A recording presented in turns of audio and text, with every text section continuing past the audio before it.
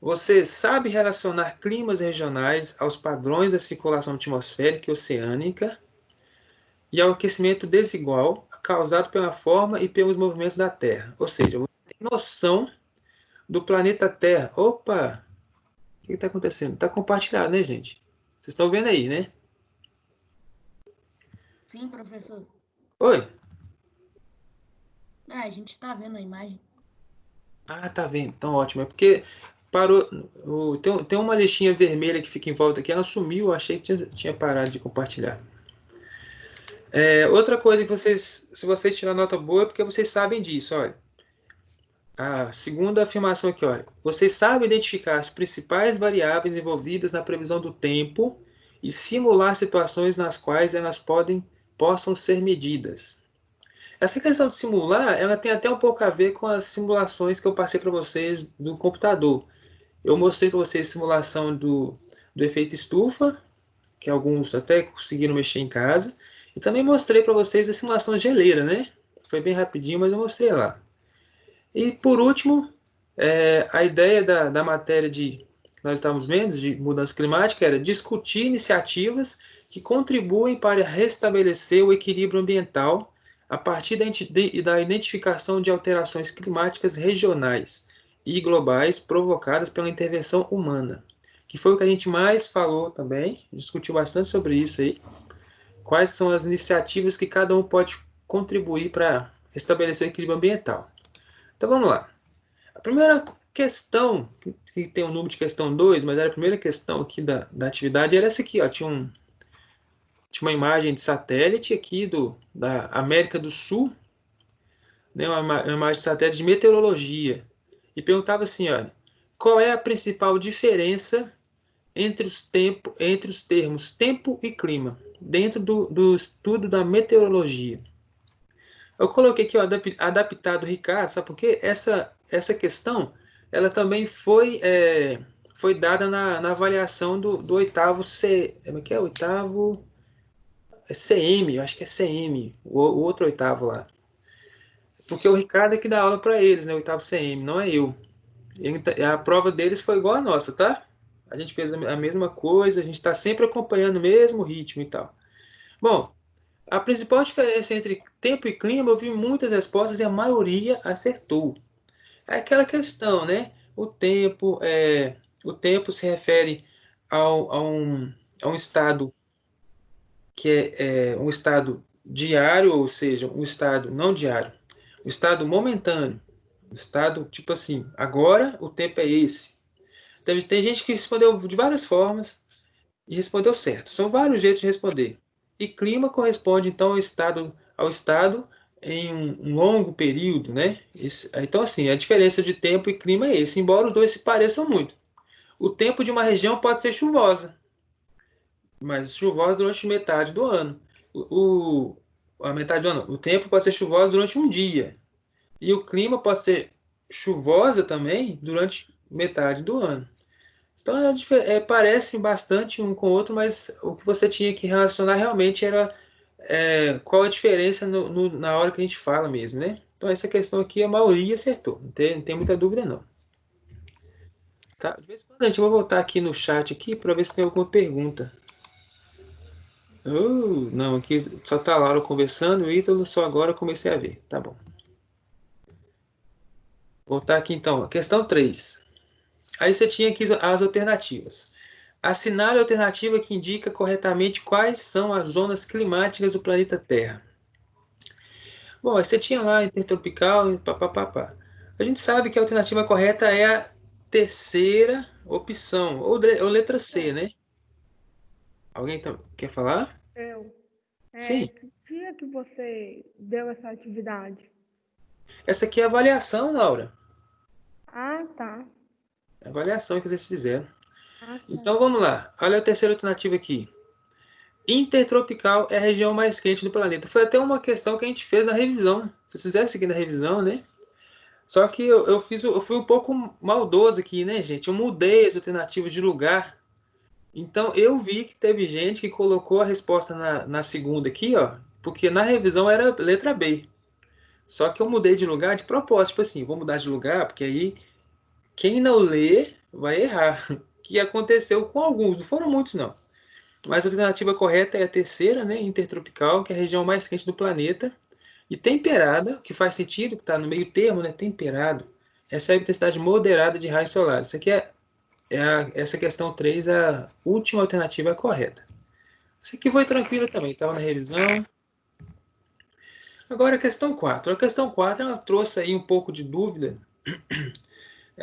com relação a como responder. Tem gente, teve muitos aí que responderam de forma super legal, com quase 10 linhas escritas lá. Achei muito legal porque a pessoa criticou, a pessoa relacionou o tema mesmo e tal, discutiu. Mas tem gente que colocou só assim, ó, aquecimento global.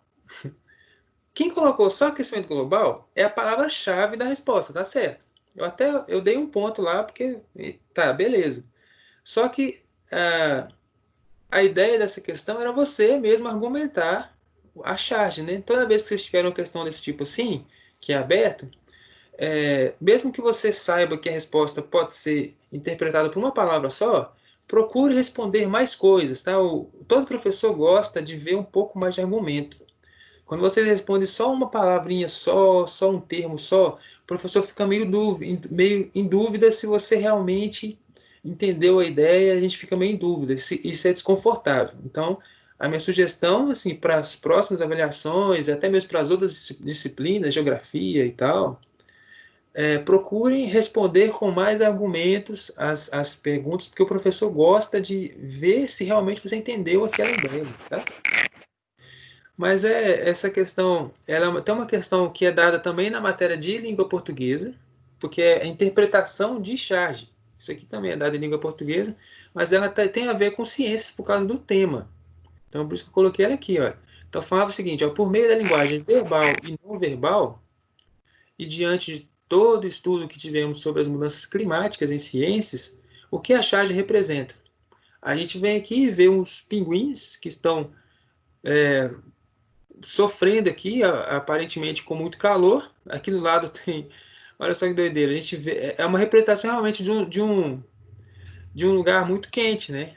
Sabe? E o pinguim falando, ó, gente. E aqui em cima escrito Polo Norte 2100, ou seja, para você entender, olha, essa imagem não é que os pinguins foram para o sertão, eles não foram para o sertão. Os pinguins continuam no polo, eles estão no Polo Norte, aquele lugar frio que a gente conhece, eles estão lá.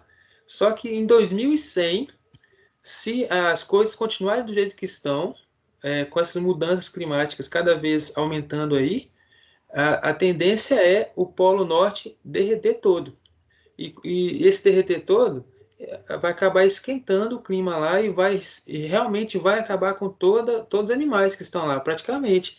Essa representação mostra os pinguins sofrendo aqui, mas a ideia, na verdade, nem é essa. Se chegar a esse ponto no Polo Norte, a maioria deles vão morrer, eles não conseguem sobreviver a essa temperatura. Não está na natureza deles, né? Então aqui era falar mesmo sobre isso, sim, é o aquecimento global mesmo, sim, a razão disso, tá certo. Quem pôs só isso, aquecimento global, não está errado. Só que, por favor, nas próximas exercícios, coloquem mais coisas, argumentem mesmo. Não tenham medo de falar, tá? Que eu não tenho preguiça de ler. Tá bom? Deixa eu ir para outra questão aqui. Só vou voltar aqui para ver se tem alguém conversando comigo, que eu não consigo ver ali, ó. Só agora, tá? O Gabriel falou só, quanto que valia? 5 pontos, tá? O bom é que vocês estão respondendo um para o outro aí já ajuda, né? Essa avaliação valia 5 pontos, tá, gente? Eu lembro que no início da etapa eu falei que a avaliação valia 6, mas aí a gente tem reunião com o professor todos os dias, a gente tem reunião com os professores, todo dia tem reunião com a Elaine, com a diretora, e a coordenação nos orientou a não colocar a nota de 6 pontos, orientou a colocar a nota de 5 pontos, porque até mesmo todos os oitavos anos, inclusive os oitavos anos de outras unidades, estão fazendo avaliações nessa faixa de ponto, em ciências, tá? As outras aí, cada professor está decidindo de uma forma. Então valeu 5 pontos. Aí ficou um ponto para cada questão, né? E depois da última questão aqui, é uma questão também que foi dada na lista de revisão. Para quem fez a lista, eu percebi que foi muito tranquilo de responder, porque assim, eu vi que vocês responderam muito bem e tal, mas eu também percebi quem não viu a lista hora nenhuma, porque tem gente que... é até interessante eu comentar o seguinte, olha só. Essa questão, você tem aqui um ciclo, né, de movimento de massa de ar. Massa de ar. Aí nós sabemos que o número 4 é a massa de ar frio que está descendo.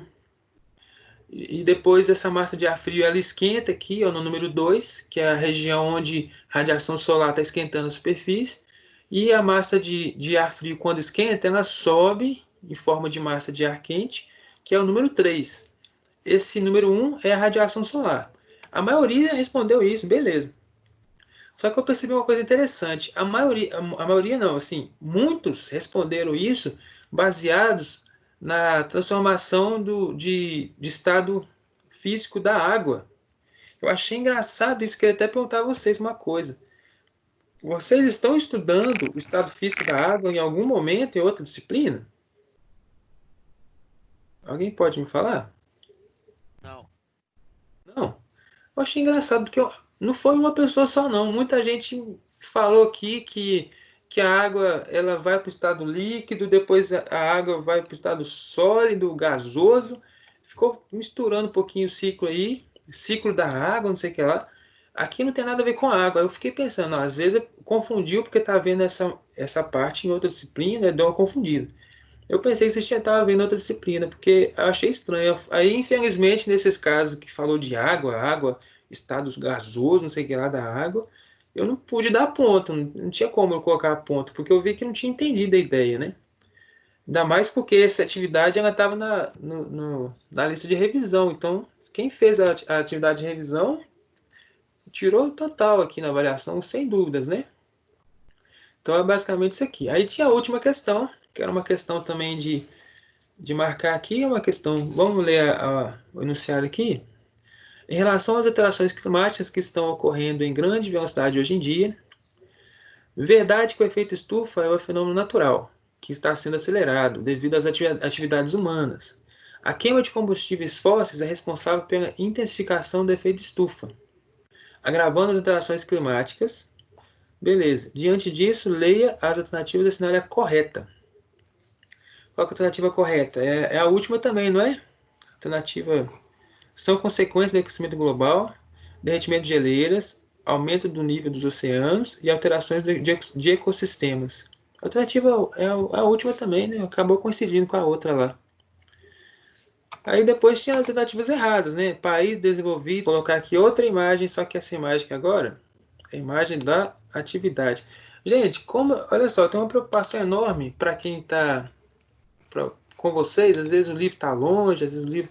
Então eu deixo sempre lá eu tento fazer isso. Nas atividades, eu sempre tento deixar cópia das páginas que eu estou pedindo atividade lá no Teams, para que você não fique perdido lá. Então eu coloquei para vocês lá uma cópia da página do livro que eu pedi para vocês lerem. Então ontem a nossa aula começou a que hora? Acho que foi 8h10, né? Foi 8h10. Eu não lembro o horário. Acho que foi o primeiro horário? Não lembro. Mas enfim, a nossa aula começou, de repente, 5 minutos depois que a aula começou, já tinha gente respondendo já. Aí eu tô assim, se a pessoa está respondendo agora, é porque ela não leu. Ou então, será que você leu outro dia, antes de eu pedir? Então, assim, quando eu pedi vocês assim, ó, gente, leiam, é porque realmente é importante dar uma lida primeiro ali, ó, na matéria. A matéria é essa aqui, ó, transformações e conservação de energia. Falava sobre as transformações de energia enfim. Tinha umas coisas interessantes aqui falando. Tinha, por exemplo, falando aqui sobre... Tinha até uma imagem bacana aqui das usinas eólicas, né? Eu gosto demais dessas imagens assim. Aqui não é de Minas. Deixa eu ver onde é que tá. Aqui fala de onde é, ó. É do Ceará. Parque Ecológico de Beberibe. Beberibe, Ceará. Essa imagem aqui, ó. Eu acho bonito demais essas coisas aqui, viu? Então era interessante você dar uma lida. Quem não leu, vai lá, dá uma lida, senão você vai ficar perdido lá na frente. A matéria é muito cumulativa, senão você fica perdido lá na frente. Tinha essa imagem que eu achei super legal, interessante essa imagem aqui no livro, olha, que fala sobre como que funciona esse negócio de transformação de energia. É tipo assim, ó, vamos pegar um exemplo agora. Energia mecânica, que é, por exemplo, as usinas hidrelétricas. A CEMIG, por exemplo, que tem a sua usina, a usina ela pega a energia que está na água da barragem. Essa energia, que é uma energia cinética, ela vai se transformar, ela vai girar a turbina e vai gerar energia elétrica. Então, uma coisa sempre vira outra. Nunca a energia ela some ou ela aparece do nada. Ela sempre veio de outra coisa. Então, a energia mecânica passa para a energia elétrica.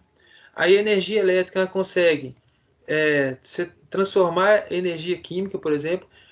Um exemplo, a bateria do celular de vocês, até mesmo a bateria do notebook, enfim, as baterias recarregáveis, elas usam energia química para funcionar. A energia interna da bateria é química. Então, quando você carrega o telefone, você pega energia elétrica da tomada e carrega o telefone, transformando em energia química. Aí depois a energia química da bateria transforma em energia elétrica de novo, porque aí acende o, o seu visor do telefone, acende a tela de LCD. Então é sempre assim, transformações, e uma transforma no outro.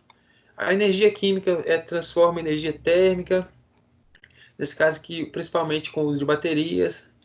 A energia química também consegue transformar em energia, aqui, ó, outra energia térmica, por exemplo. A gente tem várias setinhas aqui, e uma sendo transformada na outra, então a ideia é o seguinte. Tá até uma frase aqui em cima, aqui embaixo, aqui, olha. A energia não é criada. Ela não é criada. Não existe energia que aparece do nada, igual a gente vê nos desenhos. Energia nunca é criada do nada. Ela sempre veio de alguma coisa. E nem destruída. A energia também não pode sumir, desaparecer, ser abduzida pelos ETs. As energias sempre existiram e elas sempre são transformadas. Então, qualquer energia que você tá usando hoje, qualquer energia que você vê agora, nesse momento, a energia do computador, a energia da lâmpada, qualquer energia que você vê nesse momento, ela sempre existiu desde quando o universo começou a existir.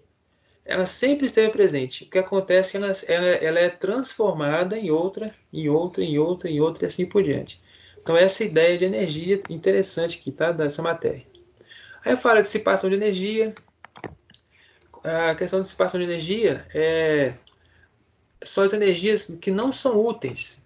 O que significa isso? Olha, existe energia que é útil para a gente, que é importante, e existem as energias que não são úteis. As energias não úteis chamam de energia dissipada. Vou dar um exemplo para vocês. Olha, pensa no automóvel, no carro. O automóvel ele gasta energia. A energia, a fonte da energia do automóvel é a gasolina, certo? É gasolina. Não é a bateria não é a bateria não, gente, é a gasolina. Sem a gasolina, o carro não anda. Ele pode até ter bateria, mas sem a gasolina não anda. Então a gasolina é a fonte de energia.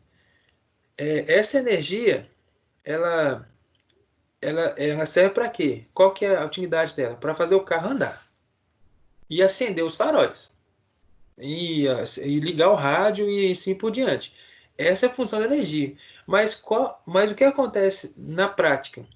Essa energia do carro, ela esquenta os motores, ela esquenta o carro. Por isso que o carro precisa de água lá no sistema de arrefecimento que a gente fala. Porque se você esquecer de colocar água ali, você queima o motor. Porque a energia que você está gastando para o carro andar esquenta o motor. Então, essa energia que esquenta o motor, que a gente chama de energia térmica, é uma energia não útil, não é o que a gente queria. Então, essa energia que é não útil, ela passa a ser chamada de energia dissipada. Então, a energia que faz esquentar o motor do carro é a energia dissipada, é uma energia não útil. Qual outra energia que tem no carro que não é útil? Energia, por exemplo, sonora. O fato do som, o som produzido pelo motor, não é a nossa intenção. É lógico que tem gente que adora ver um som de carro, né? Tem gente que é apaixonado por carro, né? Inclusive, quando vê um carro com aqueles barulhos mais graves, acha que o carro é super top. Beleza, nada contra, eu também acho também. Só que, na verdade, não é a intenção do carro emitir som. Quem emite som é só o rádio. O rádio é a intenção emitir som. Agora, o carro não é a intenção emitir som. O carro, a intenção dele é o quê? Andar. É ir para um lugar para o outro. Então, essa energia que é emitida através de som é uma energia sonora que a gente fala, é uma energia dissipada, é uma energia que não é útil para aquilo que eu quero. embora muita gente ache interessante o som do carro. E assim por diante. Ou seja, não só no exemplo do carro, mas qualquer tipo de exemplo que envolva energia, se você ouvir falar no termo energia dissipada, a gente está falando de energia que existe, ela tem nome, só que são energias que não são úteis para aquela situação. Por exemplo, igual eu falei, para o automóvel, a energia térmica, que é a energia dissipada em forma de calor, que esquenta o motor e pode até queimar o motor, lá no automóvel, essa energia a gente chama de energia dissipada. A energia térmica do automóvel a gente chama de energia dissipada.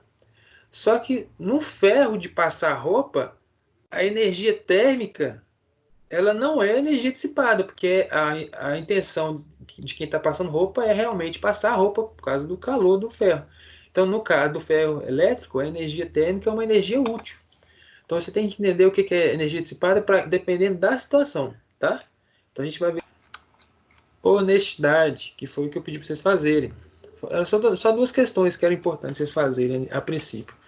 Aí tinha esse texto aqui que falava que 2015 foi noticiado no caso de falsificação de resultados de emissões de poluentes em veículos e motores a diesel, fabricados por uma grande montadora. Resumindo, o que está falando o texto, para quem leu aí?